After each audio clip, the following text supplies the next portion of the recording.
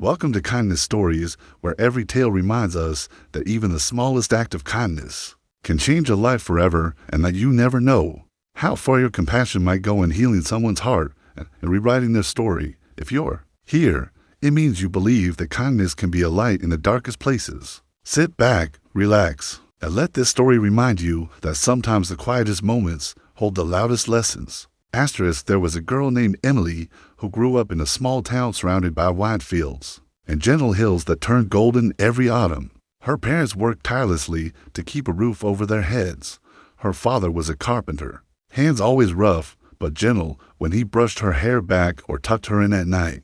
Her mother worked at the local diner, always smelling of pancakes and coffee, with a tired smile that never left her face no matter how late she came home. Emily knew love, but they had little money, and the other kids in her school never let her forget it. She would walk down the school hallway with her second-hand backpack, her shoes with tiny holes near the toes, and her clothes a little too big because they were hand-me-downs from her cousins. Some kids would whisper, some would laugh out loud. Sometimes they'd ask her why she didn't have a new lunchbox, or why her sandwiches were just plain bread and butter instead of the fancy snacks they had. Emily learned to keep her eyes on the floor, to keep her voice soft, and to shrink herself so that maybe they wouldn't notice her so much. But there was always someone who noticed. At her middle school, it was Dylan. He sat 2 rows behind her in homeroom, a boy who seemed to always have a crooked grin and a new joke ready. He never laughed at her clothes, never mocked her lunch, but he didn't stick up for her either. He just watched.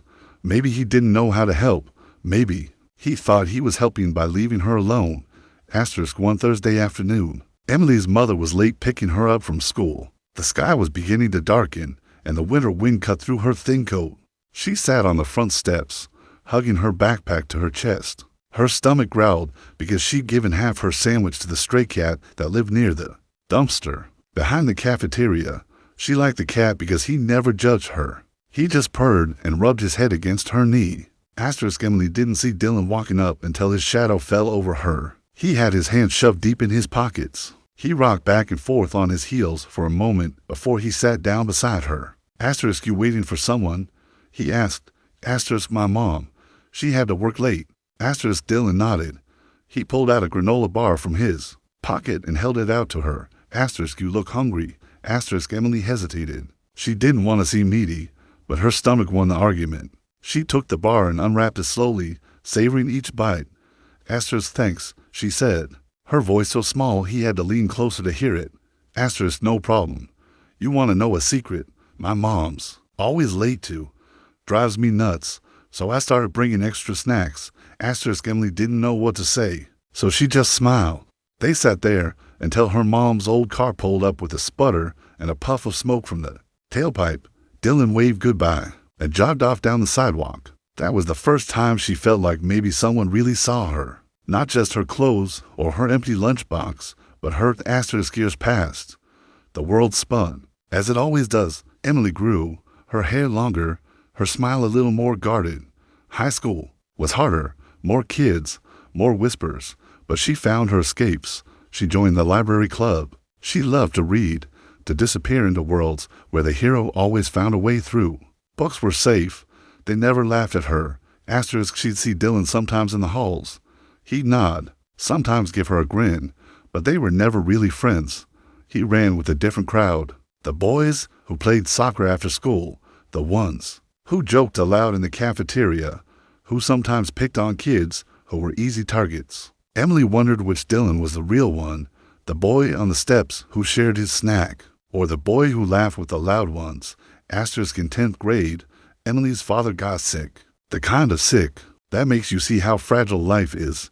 He couldn't work as much, and her mother started pulling double shifts. Emily picked up a part-time job at the library after school, shelving books and wiping down tables. Every dollar mattered. She stopped buying anything extra. No birthday treats, no new shoes. Just books from the discard shelf that she bought for pennies because they were the only luxury she allowed herself. It was during that time that the bullying got worse. Some of the older kids called her Rag Girl or Ghost Girl because she was so thin and pale and quiet. One afternoon, she found her locker stuffed with old scraps of cloth and a note that said, "Get some new clothes." Emily sat on the cold hallway floor and pulled each scrap out, one by one, her fingers trembling. She wanted to cry, but she didn't. She just kept pulling out the scraps until her locker was empty again. After she felt a presence beside her. It was Dylan. He knelt down, picked up a piece of cloth, and looked at her. Asterisk, "You okay?" Asterisk, she nodded, though her eyes were wet. Asterisk, "This is messed up," he said. He helped her gather the scraps and threw them away. Then he handed her a candy bar from his bag. Asterisk, he always had snacks.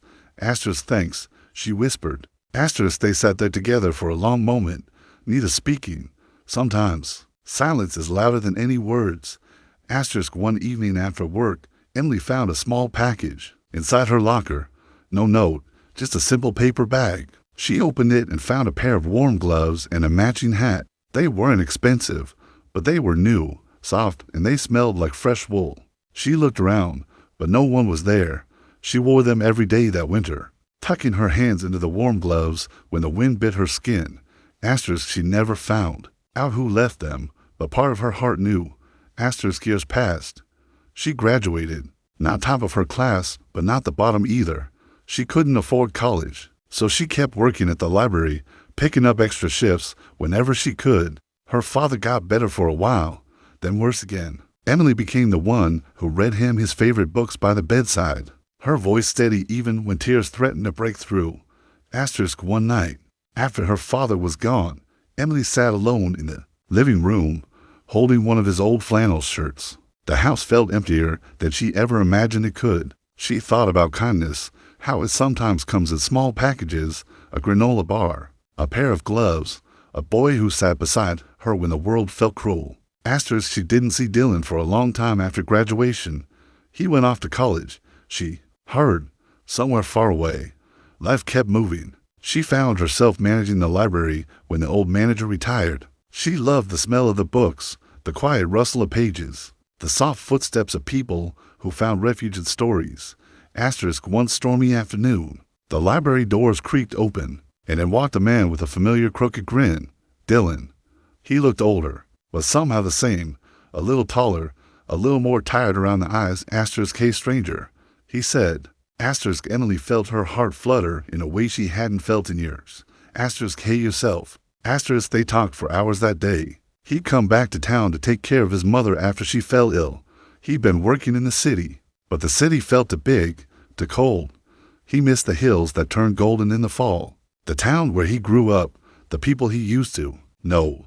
He missed the girl who always said thank you, even when all he had was a snack to give. Asterisk,